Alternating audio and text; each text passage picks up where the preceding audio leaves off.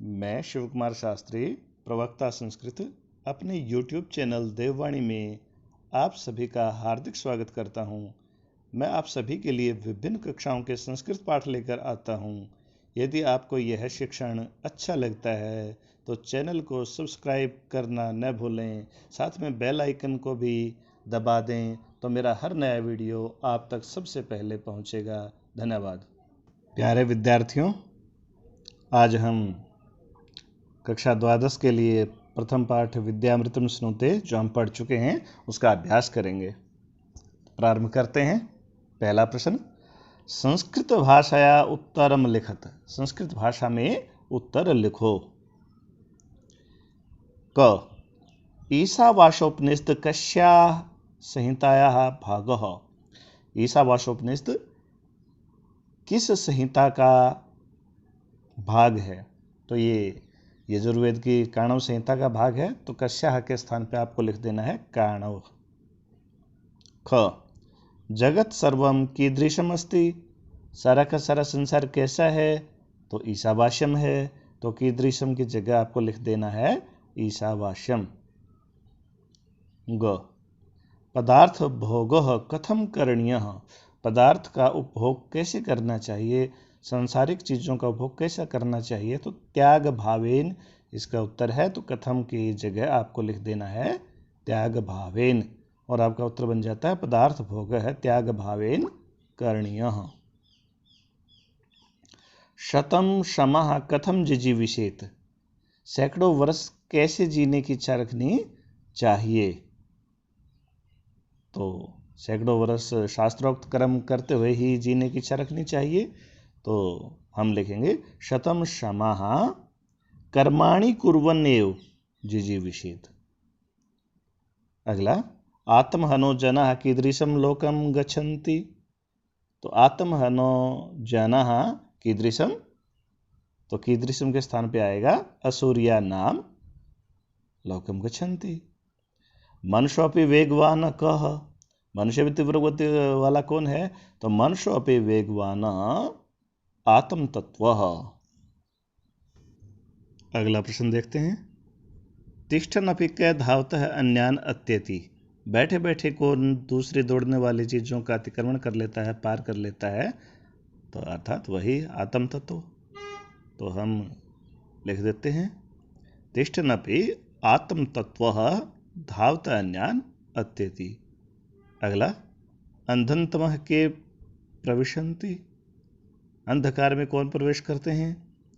तो जो अविद्या की उपासना करते हैं। तो हम लिख देते हैं ये अविद्याम उपासते अंधनतमः प्रविशन्ति। धीरे भय ऋष्यः किम श्रुतवन्तः। धीर पुरुषों से या ऋषियों से क्या सुनते हैं? तो धीरे भय ऋष्यः विद्या अविद्या फलम श्रुतवन्तः। विद्या और अविद्या के भिन्न जो फल हैं वो सुनते हैं। अविद्या किम तरति। तो अविद्याम मृत्युम तरति। और अंतिम, विद्या किम प्राप्नोति। तो विद्या अमृतम प्राप्नोति। विद्या से अमृता प्राप्त होती है। अगला प्रश्न देखते हैं। प्रश्न संख्या 2। ईशावास्यम, ये जो मंत्र है, इत्यस्य भावम सरल संस्कृत भाषया विशदयत।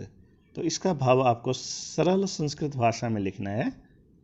तो हम लिखते हैं संसारोऽयं अत्रत्या सर्वे पदार्थाः। इस संसार में जितने भी पदार्थ हैं नश्वराः सन्ति, वो सभी नश्वर हैं, नष्ट होने वाले हैं। जगत एतत् च परिवर्तनशीलम अस्ति। यह संसार परिवर्तनशील है। अत्र यत् किंचित अपि विद्यते। यहाँ पर जो कुछ भी है तत्सर्वम ईश्वरेण व्याप्तम अस्ति। यह सब उस ईश्वर के द्वारा व्याप्त है। एवं विचिंतयन, इस प्रकार सोचते हुए, तेन ईश्वरेण प्रदत्तम, उस ईश्वर के द्वारा दी हुई, प्रत्येकम वस्तुम त्वं भुंजिता, प्रत्येक वस्तु को तुम्हारे द्वारा उपभोग करना चाहिए। कस्यचित् अन्यस्य धनस्य लोभम न करो, किसी अन्य के धन का लोभ मत करो। प्रश्न नंबर 3 देखते हैं। अंधन्तम प्रविशन्ति विद्यायां रतः इति मंत्रस्य भावं हिंदी भाषया आंग्ल भाषायां वा विशदयत्। अर्थात अंधन्तम प्रविशन्ति इस मंत्र की हिंदी व्याख्या मैं आपको पढ़ा चुका हूँ, लेकिन फिर इसको दोहरा देते हैं कि जो व्यक्ति अध्यात्म या विद्या से भिन्न जो व्यवहारिक विद्या होती है आदि की उपासना करते हैं या भौतिक विज्ञान की उपासना करते हैं, वह ज्ञान रूपी अंधकार में लीन रहते हैं। और इसके विपरीत जो लोग केवल विद्या की उपासना करते हैं, आध्यात्मिक ज्ञान की उपासना करते हैं, वे उससे भी ज़्यादा बड़े अंधकार में प्रवेश करते हैं।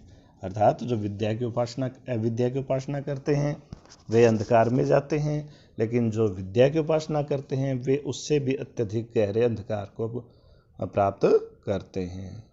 अगला देखते हैं।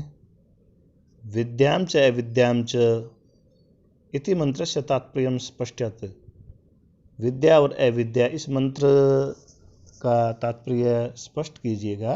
तो ये मैं इसकी हिंदी व्याख्या करा चुका हूँ, दोबारा से एक बार करा देता हूँ कि विद्या और अविद्या दोनों को जब प्राणी एक साथ जान लेता है तो वह अविद्या से मृत्यु को जीतकर विद्या से अमृत को प्राप्त कर लेता है। अर्थात जन्म मरण के बंधनों से हमेशा हमेशा के लिए मुक्त हो जाता है। 5वां प्रश्न देखते हैं। रिक्त स्थानानि पूरयत। रिक्त स्थानों की पूर्ति करनी है। तो इदम सर्वम जगत, यहाँ जाएगा ईशावास्यम। ख मागृधः कस्य स्विद्धनम।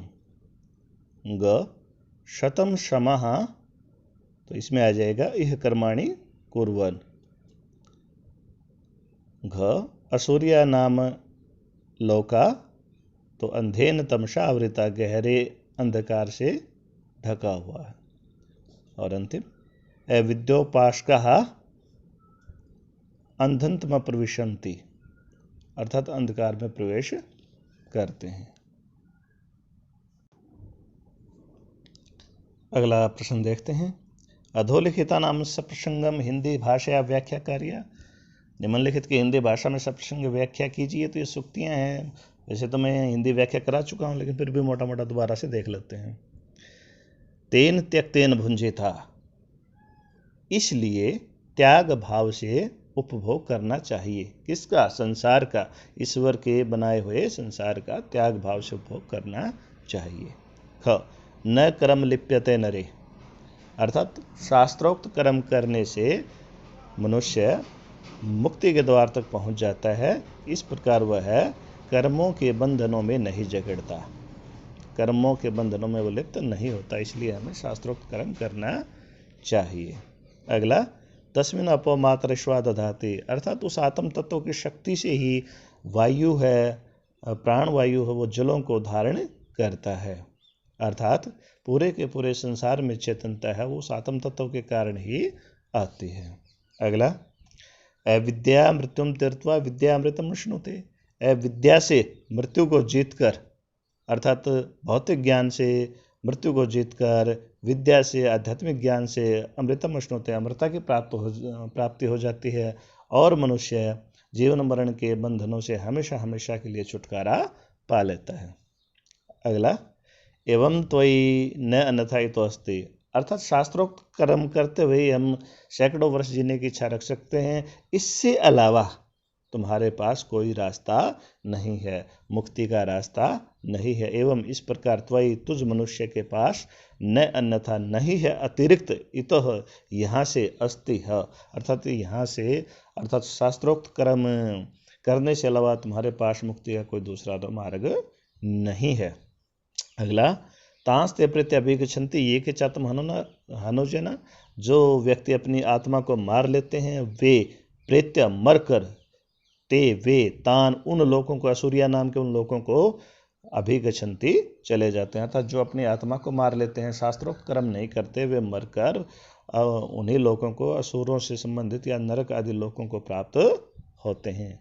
अगला अनेज देकम मनुष्यो ज्वीयो नयन देवा अपनुवन पूर्वम अर्षत। आत्म तत्व के बारे में, उस परम ब्रह्म के बारे में बताया गया है कि अनएजत, वह कंपन रहित है, एकम एकाकी है, मनुष्य ज्वीयो मनुष्य भी तीव्र गति वाला है, न एनत देवा अपनुवन, इसको इंद्रियां प्राप्त नहीं कर सकती, पूर्वम अर्षत, और ये पहले से ही विद्यमान है, विराजमान है, ये सबसे पहले उत्पन्न होने वालों में से यह पहले से ही विद्यमान है। प्रश्न नंबर 7 देखते हैं। उपनिषद मंत्रयो अन्वयम लिखत। तो उपनिषद के मंत्रों का अन्वय लिखना है। अन्यतेवाहु विद्यया अन्यताहु विद्यया इति शुश्रुमधीराणाम ये न तद विचक्षिरे। तो इसका मैंने अन्वय लिख दिया है जो स्क्रीन पे आपको दिखाई दे रहा है। और उससे अगला मंत्र है इति शुश्रुमधीराणाम ये न तद विचक्षिरे। ये तो हो चुका है। अनेज देकम मनसो ज्वियो, तो इसका भी अन्वय मैं लिख चुका हूं जो आपको स्क्रीन के ऊपर दिखाई दे रहा है। प्रश्न नंबर 8 देखते हैं। प्रकृति प्रत्यय च योजित्वा पद रचनाम कुरुत। प्रकृति प्रत्यय जोड़कर पद रचना करनी है। तो त्यज जमा कत, इसे त्यक्तः बनता है। क्री जमा क्षत्रि, इसे कुर्वन बनता है। और तत तसिल, इससे ततः बनता है, जो मैंने लिख भी दिया है। अगला प्रश्न। प्रकृति प्रत्यय विभागम क्रियता। प्रकृति प्रत्यय विभाग करने हैं, अर्थात प्रकृति और प्रत्यय को अलग अलग करने हैं। तो प्रेत्य, तो प्र उपसर्ग, ई धातु और ल्यप प्रत्यय, जो मैंने लिख भी दिया है। तीर्थवा, त्रिधातु और कत्वा प्रत्यय। धावतः, धाव धातु है, क्षत्रिय प्रत्यय। तिष्ठत, तिष्ठ धातु है, क्षत्रिय प्रत्यय। ज्वीय, जव, मतुप और ईयस। प्रश्न नंबर 10 देखते हैं। अधोलिखितानि पदानि आश्रित वाक्य रचनाम कुरुत। तो वाक्य रचना करनी है निम्नलिखित पदों के आधार पे। तो देखिएगा, जगत्याम, संसार में, अर्थात यत् किंच जगत्याम जगत सर्वम ईशावास्यम अस्ति। धनम, धन को, तो माँ गृह कस्य धनम, किसी के धन को मत चाह। भुंजे था, उपभोग करना। जगत्याम यत् किंचित अस्ति तत्सर्वम त्यक्तेन भुंजिता, संसार में जो कुछ भी है उसका त्याग भाव से उपभोग करो। शतम, सैकड़ों, जीवे में सर्वस्तम, अर्थात हम सैकड़ों वर्ष जिए। कर्माणि, कर्मों को, मानव कर्माणि कुर्वन् जिजीविषेत, मनुष्य कर्म करते हुए जीने की इच्छा करे।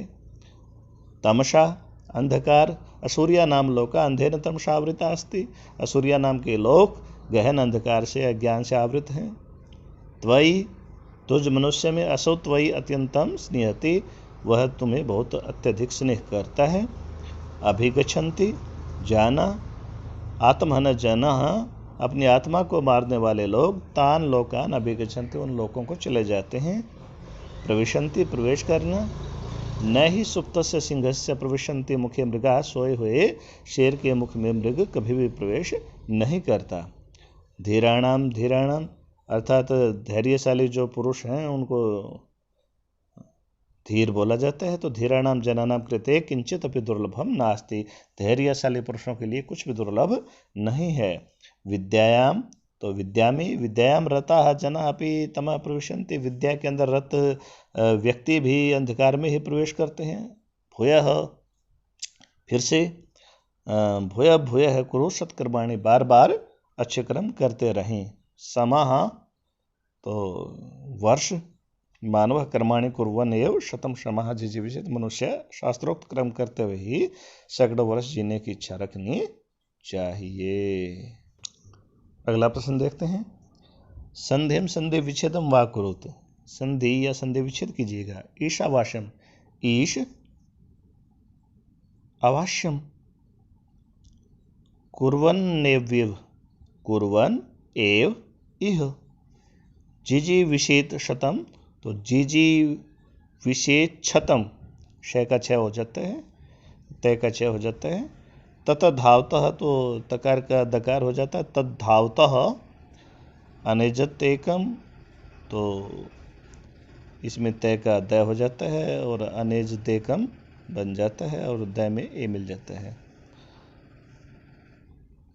और इसके बाद आहु अविद्या विसर्गों का रै बन जाता है, आहुर विद्या बन जाता है। अन्यथा इतः तान ते। क्वेश्चन नंबर 12 में तो अधोलिखित नाम समुचितम योजनम करो, तो निम्नलिखित की उचित योजना ही करनी है।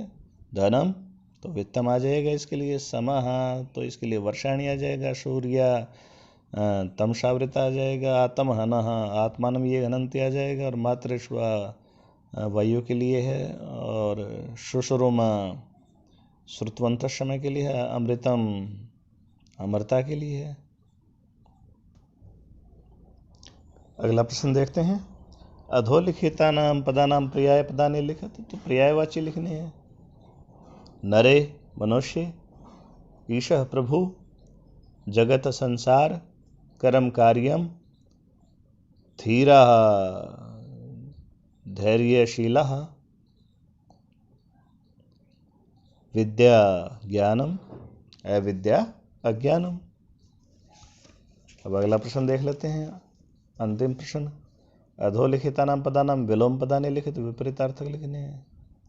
एकम अनेकम, तिष्ठत गच्छत, तमसा प्रकाशेन, उभयम एकम, ज्वीयो अर्थात तीव्र, अज्वीयो मंद, मृत्युम जीवनम।